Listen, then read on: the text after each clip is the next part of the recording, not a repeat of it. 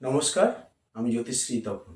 আজকে আমি আপনাদের জীবযোগ এবং চন্দ্রপ্রভা যোগ সম্বন্ধে কিছু বলবো। আর যদি সময় থেকে থাকে তাহলে অন্যান্য যোগগুলো বলবো। জীবযোগ, যদি বৃহস্পতির সপ্তমে চন্দ্র অবস্থিত হয় কিংবা চন্দ্র বৃহস্পতি একত্রে কোনো রাশিতে অবস্থিত হয় কিংবা চন্দ্রের ক্ষেত্রে বৃহস্পতি কিংবা বৃহস্পতির ক্ষেত্রে চন্দ্র যদি অবস্থিত হয় তাহলে জীবযোগ হয়। এই জীবযোগ যদি কর্কট রাশি, ধনু রাশি এবং মীন রাশিতে অবস্থিত হয় তাহলে এই জীবযোগ বলবত্তা বৃদ্ধি পায়। এই জীবযোগে মানুষের সৌভাগ্য বৃদ্ধি পায়। জীবযোগে মানুষ বহু শিক্ষিত মানুষের প্রিয়পাত্র হয়ে থাকে, যেসব জাতক ও জাতিকার জীবযোগ থাকে। তা আজকে আমি আপনাদের জীবযোগ সম্বন্ধে কিছু বোঝালাম। এবার আমি চন্দ্রপ্রভা যোগ।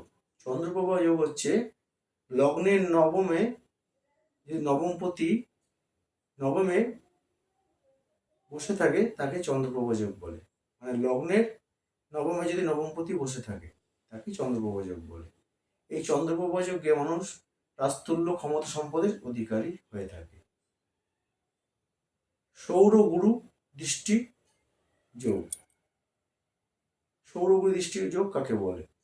সৌরগুরু দৃষ্টির যোগ হচ্ছে যদি শনি বৃহস্পতি পরস্পর প্রতি দৃষ্টি বিনিময় করে কোনো জাতক বা জাতিকার জন্মকুণ্ডলিতে, তাকে সৌরগুরু দৃষ্টি যোগ বলা হয়। এই যোগে মানুষের রাজতুল্য ক্ষমতা সম্পদের অধিকারী হয়ে থাকে। তাহলে আজকে আমি আপনাদের 3টে যোগের কথা বললাম। আগামী দিন আমি আরো অন্যান্য কিছু ভিডিও নিয়ে আপনাদের সামনে আসবো। যদি ভিডিওটি ভালো লেগে থাকে আমাকে আপনারা ভালোবেসে আমার পাশে থাকবেন। আজকের মতো এই পর্যন্ত। নমস্কার।